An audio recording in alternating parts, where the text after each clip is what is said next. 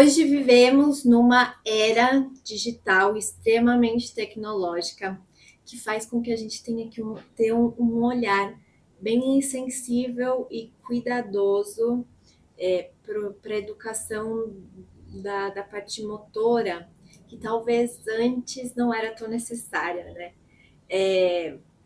A ciência tem mostrado muito que o ambiente em que a gente se desenvolve influencia muito mais do que a gente imagina em toda a estrutura do nosso ser. Tá? Inclusive, a parte genética, que até um tempo atrás a gente achava que era fixa e a gente nascia com aquela estrutura genética e morria com aquela estrutura genética e nada poderia exercer influência ao mudar essa estrutura genética. Hoje tem a ciência da epigenética que mostra que o ambiente em que a gente vive, os hábitos de vida que a gente adere, eles têm o poder de ativar ou silenciar certas estruturas do nosso padrão genético. E isso é muito significativo, porque a gente vê o poder que o ambiente tem sobre nós. E aí é por isso que a gente precisa estar especialmente atento a como que é essa relação e como que hoje o ambiente em que eu vivo pode me ajudar ou me prejudicar para me desenvolver em toda a minha potencialidade humana, em todo aquilo que eu posso ser como ser humano, né? E aí, voltando para a especificidade da motricidade, né, que é a minha área de interesse maior, é simples de ver como o mundo à nossa volta coloca exigências sobre nós que nos fazem desenvolver comportamentos motores específicos, né? Então, se eu tenho um ambiente, por exemplo, vamos lá para os primórdios da humanidade, pré-histórico, não tinha casa, não tinha abrigo, as pessoas para sobreviver tinham outras exigências de ambiente que a gente hoje não precisa ter. Eles precisavam se cuidar de predadores. Hoje a gente tem um teto em cima da nossa cabeça, né? A gente tem facilidades que. Então a gente não precisa desenvolver uma destreza de caça, né? Então a gente vê com bastante clareza como que o ambiente molda padrões de comportamento motor. E aí eu queria pensar especificamente quais são os benefícios, né? E quais são os cuidados ou os alertas, né? Que essa era digital e tecnológica coloca sobre o nosso comportamento motor e como que a gente tem que se cuidar ou o que a gente precisa prestar atenção, né? Um ponto, acho que é um primeiro que também é o mais claro, e ninguém pode negar, é que as tecnologias trouxeram muitas facilidades para nós, né? A gente não precisa fazer uma série de coisas que antes a gente precisava fazer. A gente tem uma máquina de lavar que lava a nossa roupa. A gente tem uma máquina de lavar louça que lava nossos pratos sujos. A gente tem um elevador que faz com que a gente não precise subir as escadas. A gente tem carros que fazem com que a gente não precise andar. A gente tem um celular que faz com que a gente não precise estar presencialmente em muitos lugares. Tem a internet, né, que faz parte disso. A gente consegue ficar sabendo de coisas que acontecem em países do outro lado do mundo com muita facilidade em um instante. Então, são coisas muito boas que trouxeram muito conforto para a humanidade. mas que também, por outro lado, fazem com que o nosso corpo não precise se mexer tanto assim durante o dia a dia. E esse movimentar menos está refletido também nas taxas altíssimas de sedentarismo, que isso acarretam depois vários outros problemas, né? A gente tem aumento nas taxas de obesidade, a gente tem aumento nas taxas de doenças cardiovasculares, porque a gente já sabe que o movimento e a atividade física, eles são os melhores remédios paliativos para todas essas doenças. É o melhor remédio para lutar contra todos esses índices negativos que estão aparecendo aqui na sociedade, né? E se o nosso corpo no dia a dia não precisa se movimentar tanto, é muito natural que a gente também tenha dificuldade de aderir a essas atividades físicas, porque o nosso corpo, ele tem a tendência de ficar no modo de economia de energia, né?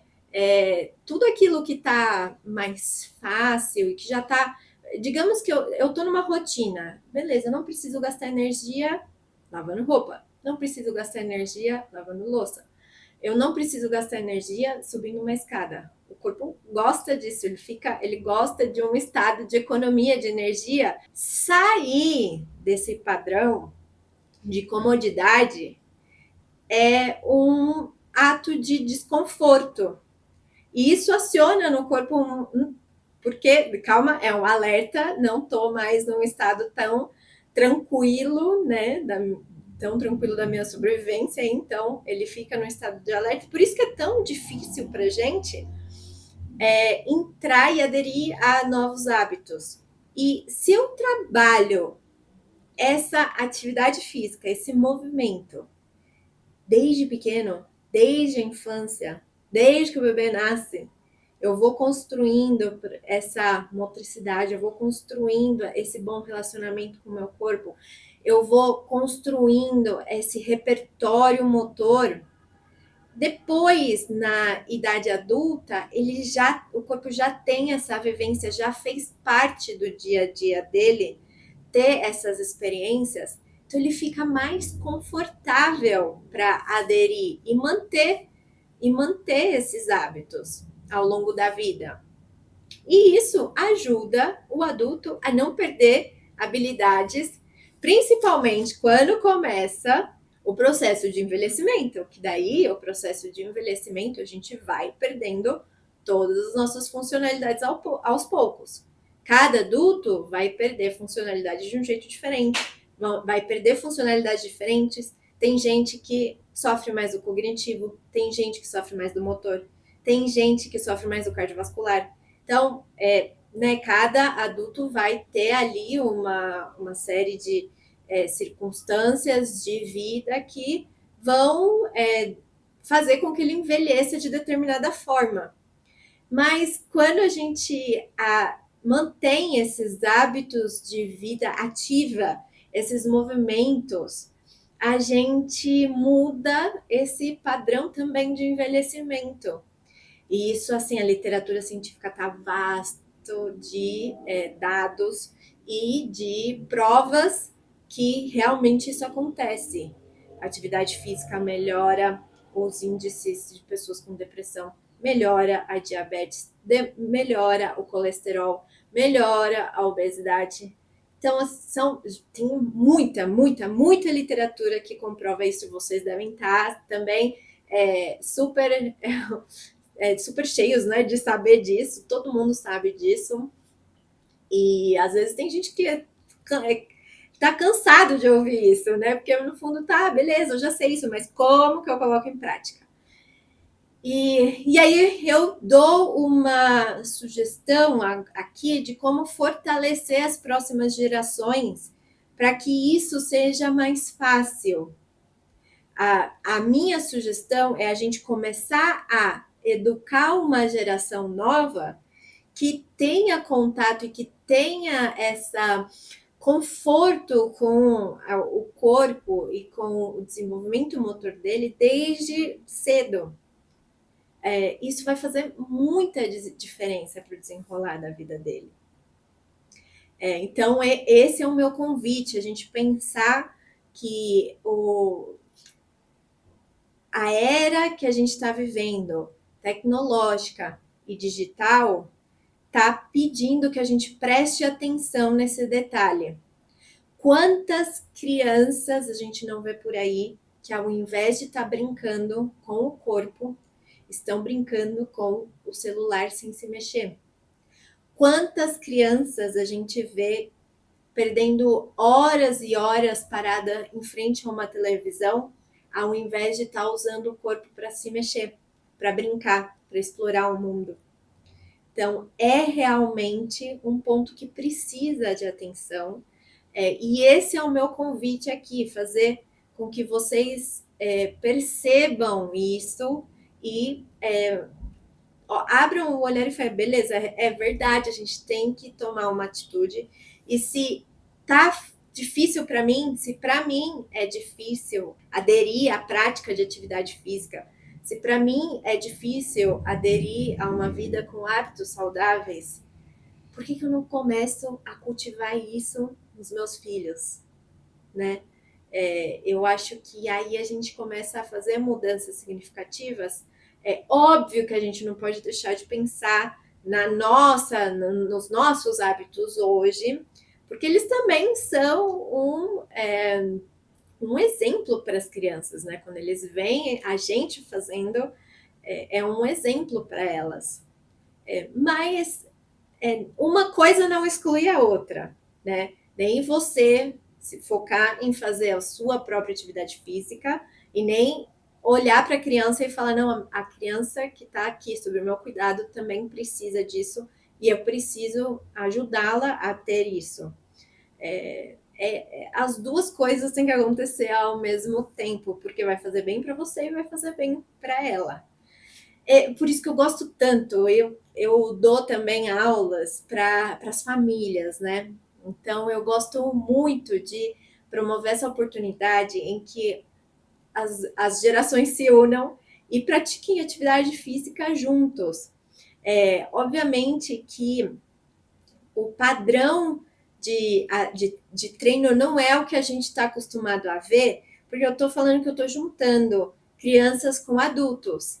Então, eu preciso pensar num método diferente para conseguir unir essas duas realidades, que são totalmente diferentes, são duas realidades que precisam de coisas totalmente diferentes, de estímulos totalmente diferentes, mas é super possível, com a metodologia certa, encaixar os dois e trabalhar os dois de forma conjunta.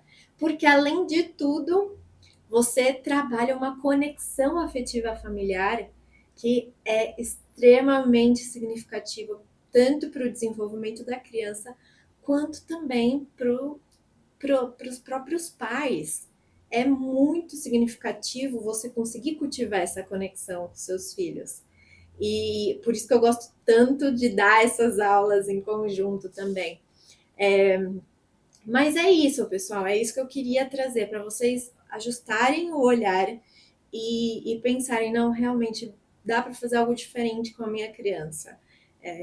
Ela precisa disso porque o ambiente está nos mostrando que ela vai precisar disso, vai precisar fortalecer muito isso, porque as exigências que ela está tendo, que o ambiente está exigindo dela, se eu não agir, ele vai ficar com uma capacidade funcional motora extremamente pobre.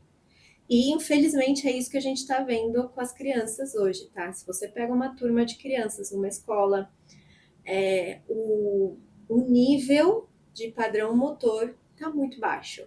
Então, a gente precisa prestar atenção. E é isso, pessoal. É isso que eu queria trazer. Agradeço muito a atenção. Se vocês gostaram do conteúdo, se inscrevam no canal. Curtam esse vídeo para o YouTube entender que esse assunto é significativo para vocês. Muito obrigado e um beijo, até a próxima.